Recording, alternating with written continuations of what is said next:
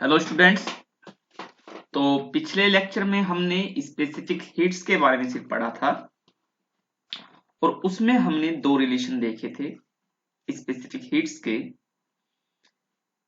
जिसके अंदर एक तो स्पेसिफिक हीट थी हमारी कांस्टेंट वॉल्यूम के अंदर और एक हमारी स्पेसिफिक हीट थी कांस्टेंट प्रेशर के अंदर। तो जो हमारी कांस्टेंट वॉल्यूम में थी वो हमारी क्या थी, CV is equal to del U del T V constant. दूसरी थी हमारी CP del H del T और प्रेशर हमारा कांस्टेंट। ये जो हमारा H है, U तो आपकी समझ में आ गई थी, कांस्टेंट वॉल्यूम में जो भी हीट सप्लाई की गई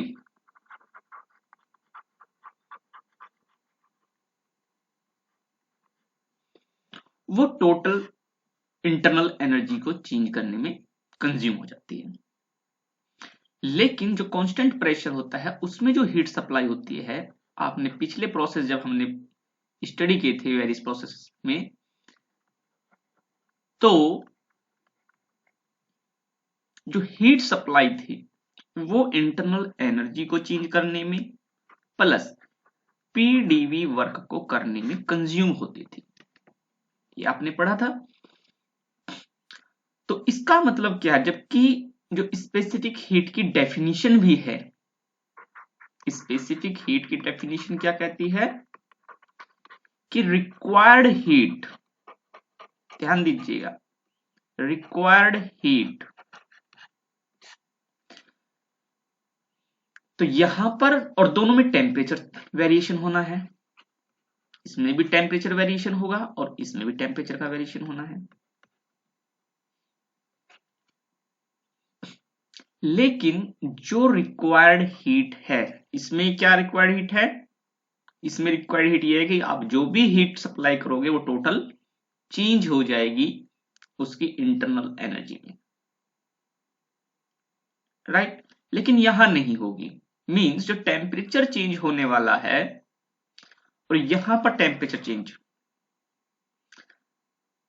लेट्स से हम ये कहें कि ये 3 डिग्री सेल्सियस हमारा टेम्परेचर इसके अंदर चेंज होता है और इसमें भी हमारा 3 डिग्री सेल्सियस चेंज होता है या 3 केल्विन चेंज होता है, इसमें भी 3 केल्विन चेंज होता है, राइट। इसमें जो हमें हीट सप्लाई रिक्वायरमेंट होगी, ठीक,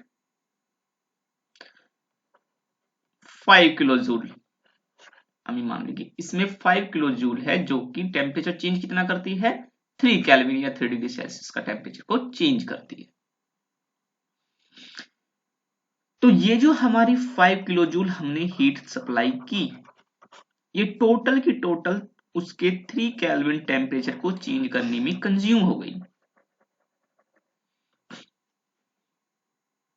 लेकिन यहां पर ध्यान दीजिएगा, अब सबसे इंपॉर्टेंट बात है कि यहां पर चेंज इतना ही है और हम सप्लाई भी 5 किलो जूल करें क्योंकि यहां की थी, तो क्या आपको लगता है कि ये मतलब 3 डिग्री केल्विन का टेम्परेचर चेंज होगा क्योंकि प्रोसेस जो है हमारा वो कांस्टेंट प्रेशर है जहां पर वर्क भी एसोसिएटेड है इस प्रोसेस के साथ, मींस कुछ पार्ट जो हीट का है वो पीडीवी में चेंज हो जाएगा, बाकी बचा डेल्टा यू को चेंज करेगा। तो ऑब्वियस सी बात है कि 5 किलो जूल की तो रिक्वायरमेंट होगी नहीं, इससे ज्यादा की होगी यदि ये चेंज करना है, इसके बराबर भी यदि चेंज करना है तो 5 किलो जूल से ज्यादा। कितनी ज्यादा कि ये जो है हमें पता है 5 किलो जूल तो सिर्फ और सिर्फ इसके टेम्परेचर को चेंज करने के लिए ये जो कन्वर्जन हो रहा है बाकी पीडीवी, ये एक्स्ट्रा हीट होगा हमें चाहिए। तो रिक्वायर्ड हीट क्या हो गई हमारी, रिक्वायर्ड हीट हो गई ये टोटल डेल्टा यू भी और प्लस में पीडीवी भी, ये हमारी रिक्वायर्ड हीट हो गई, जो कि इससे ज्यादा होगी सीवी प्रोसेस से। ठीक है, तो और ये जो डेल्टा यू प्लस पीडीवी, जिसको हम यू प्लस पीडीवी भी एक जनरली चेंज के तौर पे है यहां पर, तो लेकिन इसको हम यू प्लस पीवी को क्या लिखते हैं, एच लिख देते हैं, कि ये जो रिलेशन है एक हमने ऑलरेडी स्टडी किया हुआ है, H is equal to U plus PV, यही तो है।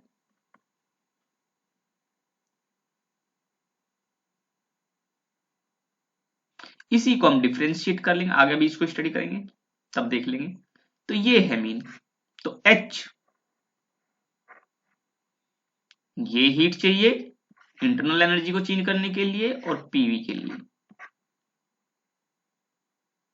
ये अमाउंट चाहिए। तो इसीलिए सीपी जो था हमारा वो del H del T at constant pressure हो जाता है, किसकी वजह से, रिक्वायर्ड हीट की वजह से। तो चलिए अब इंटरनल एनर्जी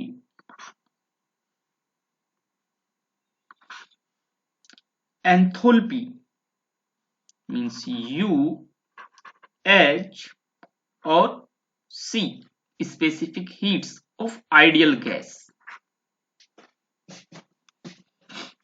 आइडियल गैस की हम देखते हैं क्या होती है। आई होप ये एच का कॉन्सेप्ट आपके समझ में आ गया होगा। तो हम आगे चलते हैं। तो आइडियल गैस की सिचुएशन में यदि हमारे पास आइडियल गैस है, उस टाइम में हमने एक चीज को नोटिस किया बाय एक्सपेरिमेंट, आप कह लो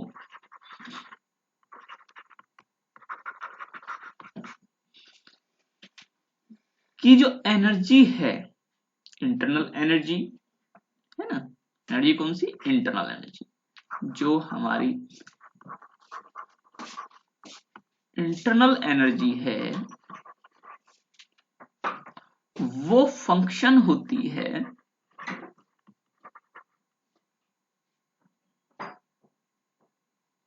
किसका, टेम्परेचर ओनली।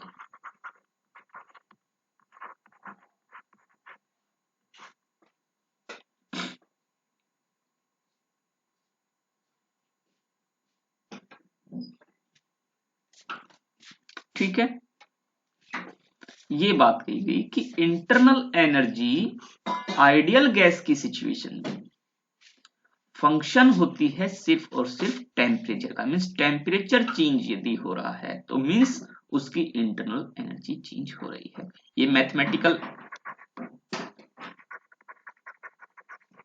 स्टेटमेंट आ गई यहां पे कि फंक्शन किसका फंक्शन है, टेम्परेचर का।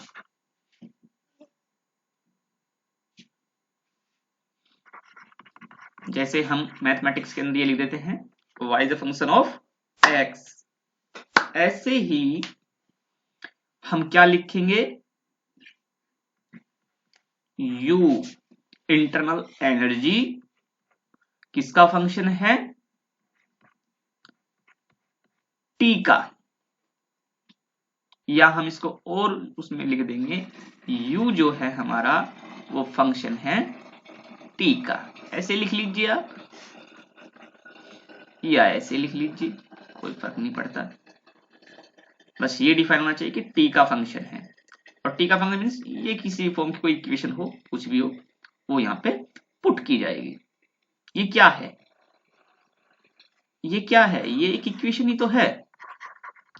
तो यदि हम इसको ऐसे ट्रांसफॉर्म करके कर रहे हैं तो यू टी ये भी क्या होगी, एक इक्वेशन फॉर्म आएगी।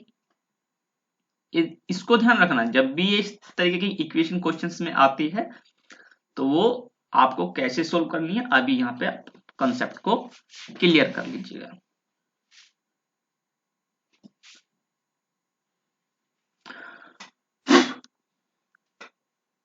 हो सकता है ये ऐसे आए, u is equal to 5t³ plus 5t² plus t।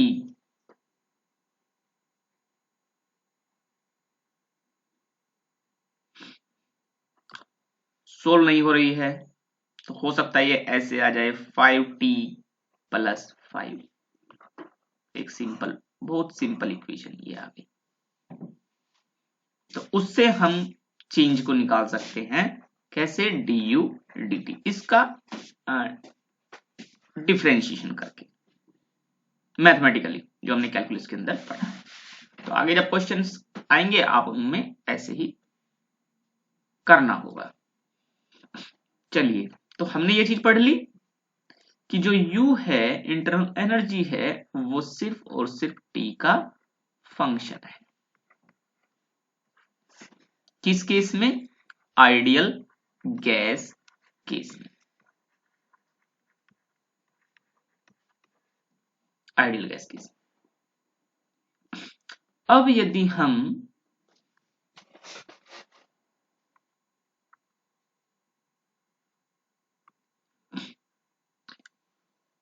एक तो एंथोल्पी की डेफिनेशन और एक equation of state of ideal gas, दोनों को मिक्सअप करते हैं तो देखते हैं क्या होता है।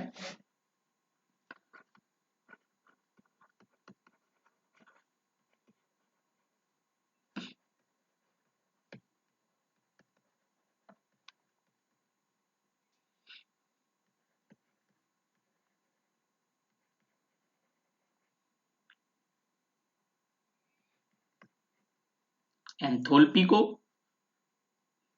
की इक्वेशन को प्लस किसको हम करेंगे,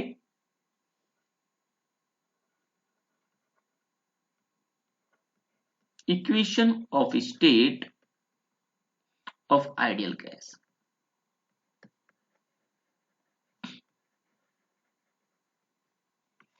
तो ये क्या होती है हमारी एंथोल्पी डेफिनेशन, क्या है, H is equal to U plus PV।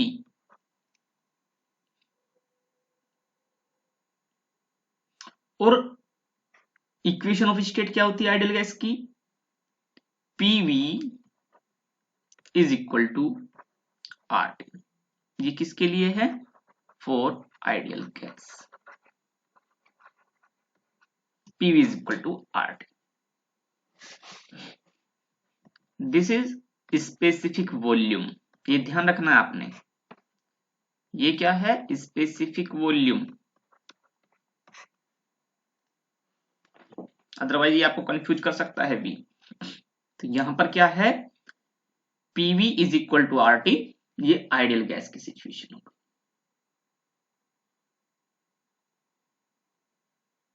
तो यदि इसमें हमने देखा कि H is equal to U plus PV, और जो PV है, क्योंकि दोनों के लिए हम आइडियल गैस के लिए ये रिलेशन ले रहे हैं, आइडियल गैस के लिए एंथैल्पी का रिलेशन लिया है और आइडियल गैस की इक्वेशन को हमने लिया है। तो जो ये PV है, ये क्या है हमारा, PV इज इक्वल टू क्या है, RT। तो हम इसको रिप्लेस कर रहे हैं एंथैल्पी इक्वेशन के अंदर। तो जो हमारा H है, क्यों कर रहे हैं हम ऐसा, अभी आगे देखेंगे। U प्लस RT, ये हमने यहां पर लिख लिया, ये आ गया। अभी हमने पढ़ा था कि आइडियल गैस की सिचुएशन में जो U है वो सिर्फ और सिर्फ टेम्परेचर का फंक्शन है, और जो RT हुआ, R जो है इसके अंदर वो कांस्टेंट है, तो इसको तो हम कुछ बोल ही नहीं सकते। दूसरा क्या है, दूसरा T है, ये तो ऑलरेडी T आ गया, टेम्परेचर आ गया। तो इसका मतलब क्या है कि तो पूरी इक्वेशन ही टेम्परेचर से रिलेटेड हो गई। तो इसका मतलब ये हुआ कि H भी हमारा सिर्फ और सिर्फ T का फंक्शन हो जाएगा।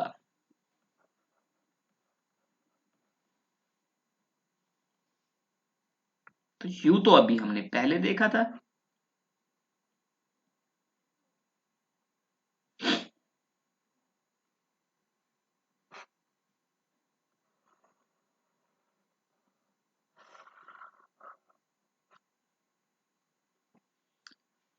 और बाद में ये आरटी की फॉर्म में आ गया है पीवी भी।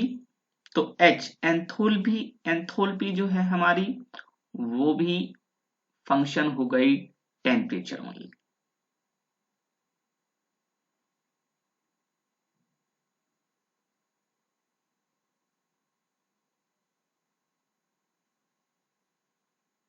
ठीक है,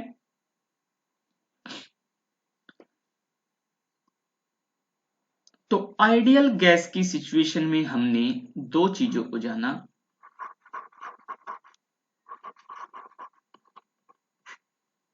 कि u टी का फंक्शन है और h भी टेम्परेचर टी का फंक्शन।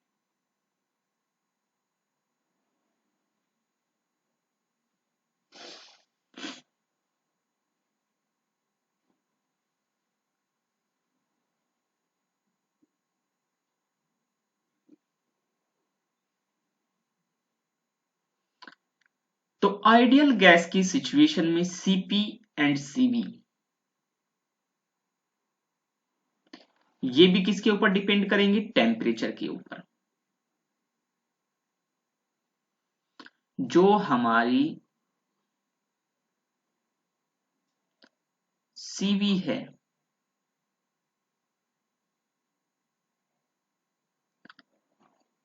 इनटू में delta T is equal to delta U, किससे, Cv is equal to del U del T से। यदि हम चेंज इन यू निकाल लें तो क्या हो जाएगा, Cv इंटू डेल्टा टी। इसी तरीके से Cp into delta T is equal to delta H.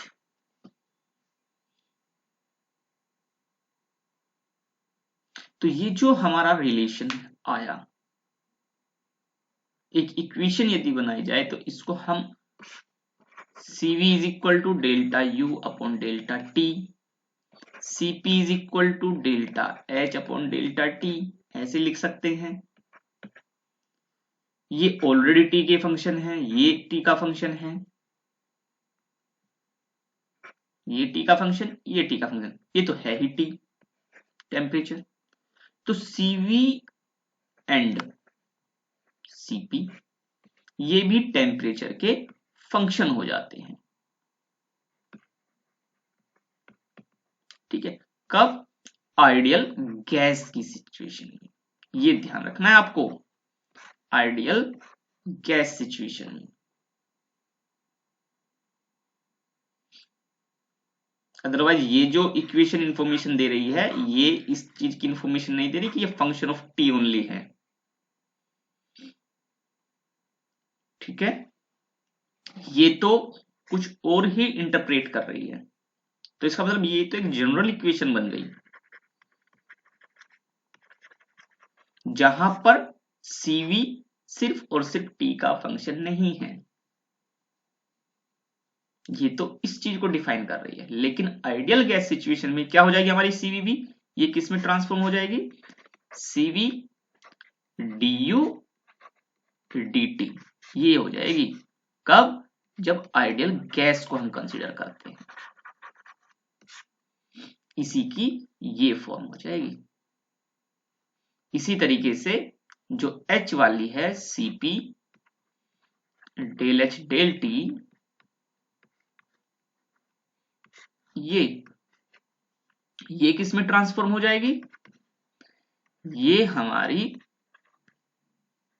dH dt में। कब, आइडियल गैस सिचुएशन में,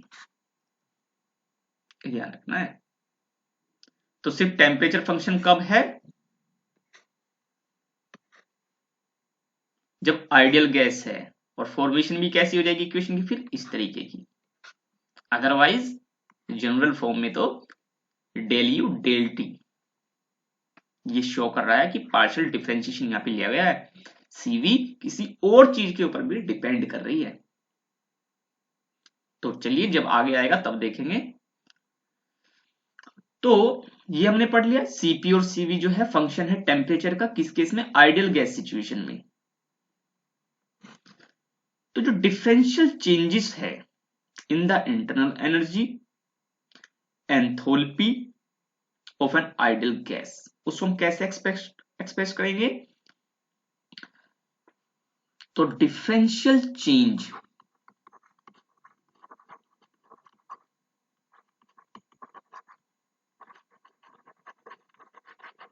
डिफरेंशियल चेंज किसमें? In the internal energy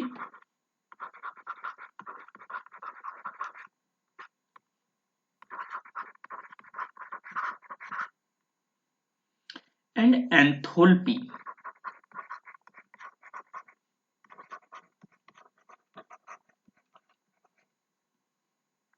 of an ideal gas.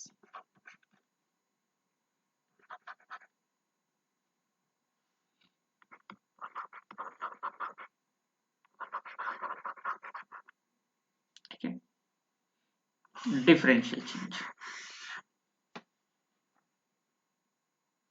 तो अभी हमने जो पढ़ा वो क्या पढ़ा? u फंक्शन है हमारा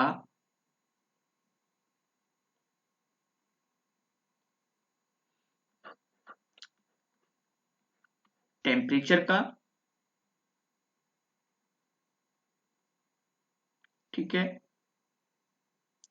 तो इस तरीके से जो सीवी है हमारा सीवी, उसको हम क्या लिख सकते हैं? उसको हम क्या लिखेंगे? उसको हम लिखते हैं डी यू डी टी। अभी लिखा, आइडियल गैस सिचुएशन में डेल नहीं आएगा, सीधा डी, क्योंकि सिर्फ और सिर्फ एक सिंगल वेरिएबल का फंक्शन बन चुका है। और ये भी हमारा किसका फंक्शन बताया आइडियल गैस सिचुएशन में? टेम्परेचर का। तो इसको हम ऐसे भी लिख सकते हैं कि जी सीवी ये भी टेम्परेचर का फंक्शन है ही आइडियल गैस में, इनटू dt। ये क्या बन गई? ये एक डिफरेंशियल इक्वेशन बन गई, ठीक है। ये यदि फॉर्म है तो डिफरेंशियल इक्वेशन बन गई।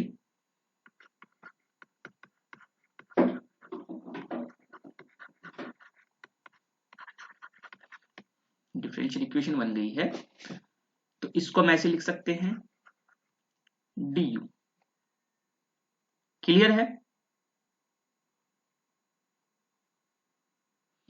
इसी तरीके से सेम जो एंथोल्पी है वो भी t का फंक्शन, तो उसको भी हम कैसे लिखते हैं? cp dh dt। ये भी एक डिफरेंशियल इक्वेशन हो गई।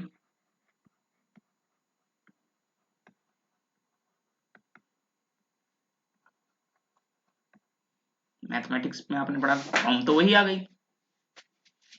तो इसको हम क्या लिख सकते हैं? cp, जो कि t का फंक्शन है, किसके केस में? आइडियल गैस के, और आइडियल गैस को ही हम अभी कंसीडर कर रहे हैं।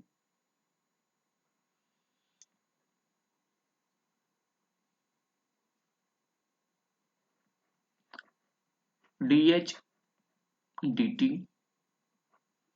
तो cp function of t dt is equal to dh। ये आ गया।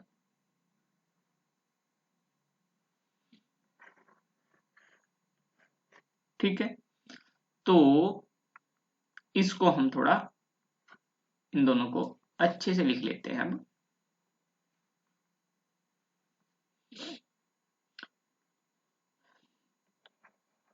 तो du is equal to cv function of t dt।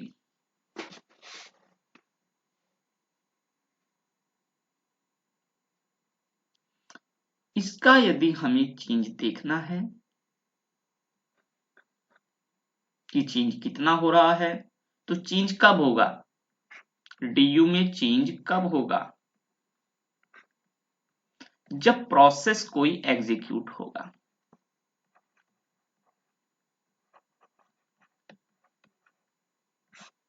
Right, du में कब होगा, जब प्रोसेस कोई एग्जीक्यूट होगा। प्रोसेस क्या होता है, जब स्टेट 1 टू स्टेट 2 या किसी भी स्टेट पर जाएगा तभी तो प्रोसेस एग्जीक्यूट होगा।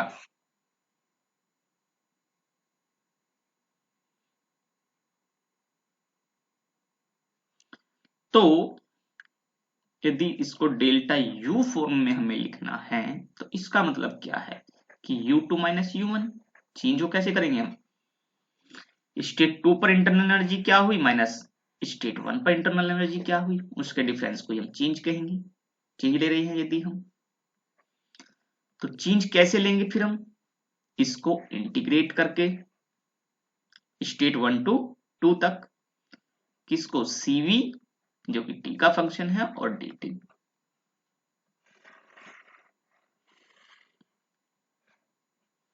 ये हो जाएगा।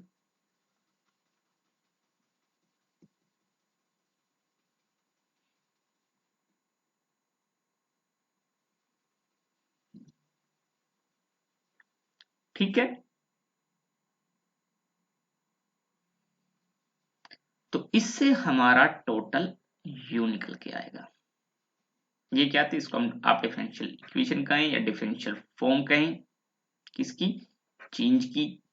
यहाँ तो डिफरेंशियल इक्वेशन फॉर्म आ रही थी, लेकिन यहाँ तो ये हमें एक डिफरेंशियल फॉर्म दिख रही है इंटरनल एनर्जी चेंज के अंदर।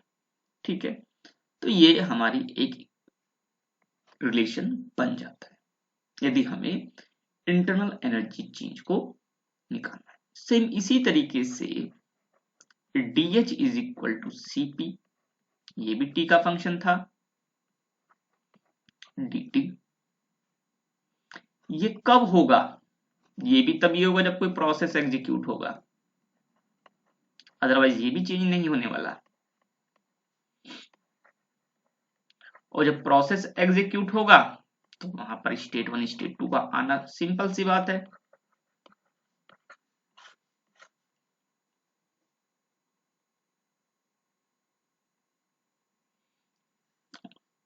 ठीक है, और स्टेट 1 स्टेट 2 का मतलब ये नहीं कि मूवमेंट हो, बल्कि उसके जो पीवीटी हैं उनमें चेंजेस हो, वही तो है, और भी वेरिएबल्स हैं उनमें चेंजेस होना।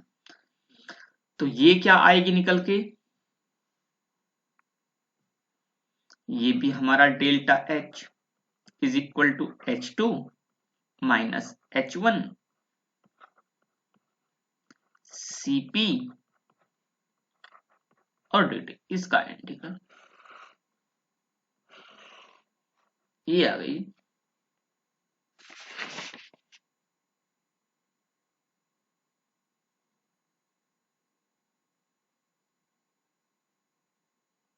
ठीक है,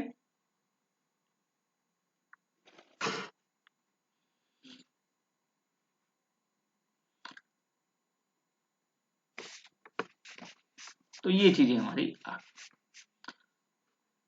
अब क्योंकि हमने इसको आइडियल गैस पे लिया और टेम्परेचर का ही फंक्शन लिया है, तो कुछ ऐसी गैसेस हैं मोनोटोनिक, कुछ मोनोटोनिक गैसेस हैं जैसे कि हमारी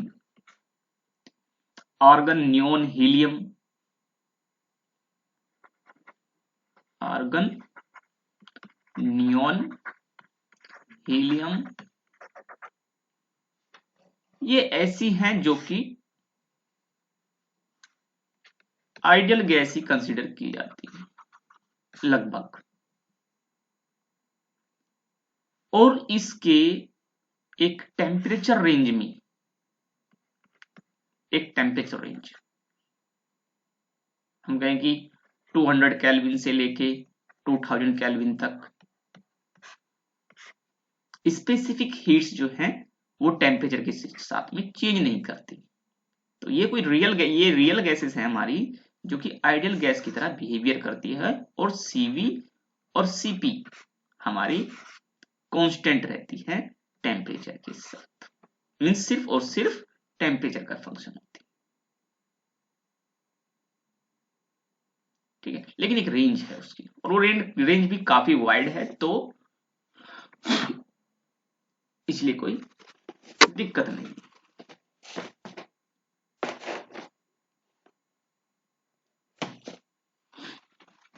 तो आई होप यहां तक आपको क्लियर हो चुका होगा। इसमें हम थोड़ा सा और एडिशन कर लेते हैं, specific heat relation of ideal gases. फिर इसको खत्म करते हैं। स्पेसिफिक हीट्स रिलेशन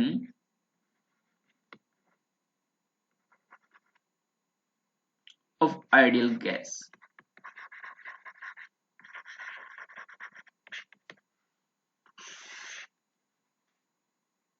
तो अभी हमने जो पढ़ा वो क्या पढ़ा, H is equal to U plus PV, PV को क्या लिखा था, RT।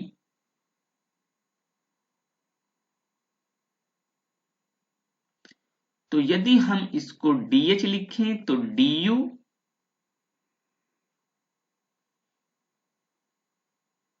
प्लस R, क्योंकि कांस्टेंट है, इसको डिफरेंशिएट करेंगे तो DT। क्लियर है, ये डिफरेंशियल फॉर्म आ गई। डिफरेंशियल फॉर्म में लिखेंगे तो ये हो गया।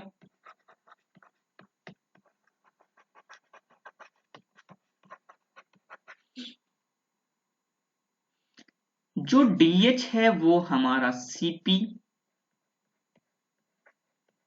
dt है, और जो du है हमारा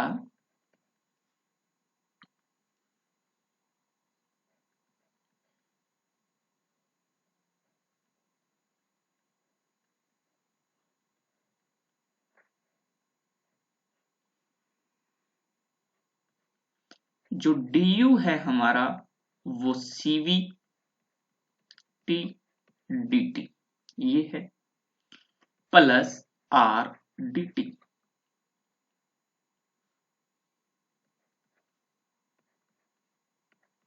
dt को रिमूव करो तो क्या बचता है, Cp जो कि t का फंक्शन है, Cv जो t का फंक्शन है, प्लस R।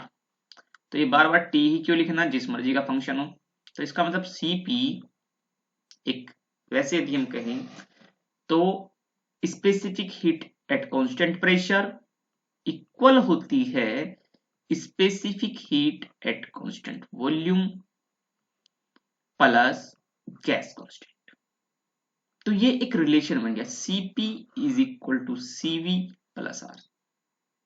और ये रिलेशन आपको आगे किस फॉर्म में देखने को मिला, Cp minus Cv is equal to R, इस फॉर्म में आपको इसी से आया ना। Cv को इधर लेके जाएंगे तो Cp minus Cv is equal to R। और ये क्या होता है, किलो जूल पर केजी केल्विन इसकी यूनिट है। यदि इसको हम मोलर बेसिस पे लेते हैं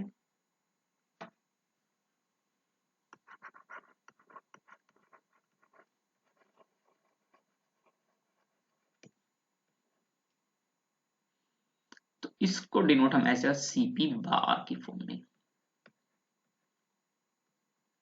क्योंकि मोलर बेस ली गई है तो Ru, इसको हम क्या लिखेंगे, Ru किलो जूल पर केजी नहीं, अब क्योंकि मोल के बेस पे तो किलो मोल केल्विन ये हो जाता है।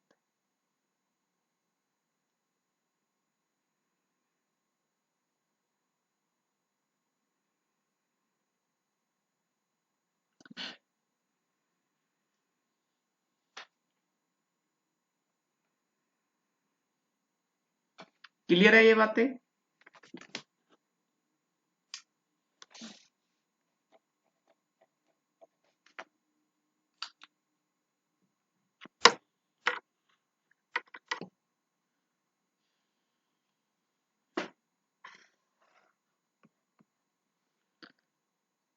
यदि हम इस रिलेशन में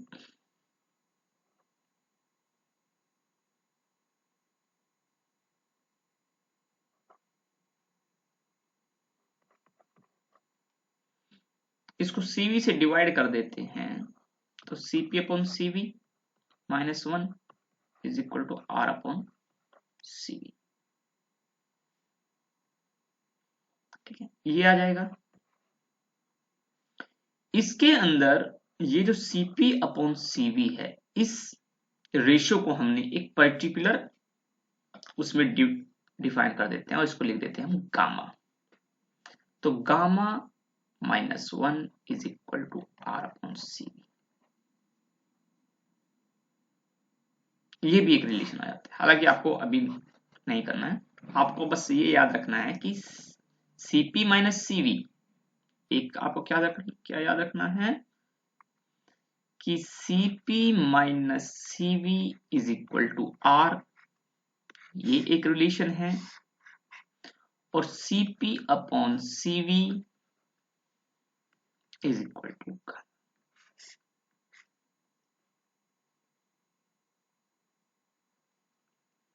ठीक है, ये दो रिलेशन आपको याद रखने हैं। ये कैसे, बस एक रेशियो बनाया, रेशियो एक अलग से लिख दिया गया है। तो आई होप ये आपको क्लियर हो गया होगा। तो अगले लेक्चर में हम इंटरनल एनर्जी, एंथैल्पी और स्पेसिफिक हीट्स, इन तीनों को फिर से पढ़ेंगे, लेकिन सॉलिड और लिक्विड्स के लिए। अभी हमने किसके लिए पढ़ा, आइडियल गैस के लिए। अभी हम इसको सॉलिड और लिक्विड के बारे में जानेंगे कि उनमें क्या चेंजेस आते हैं। तो ओके, थैंक यू।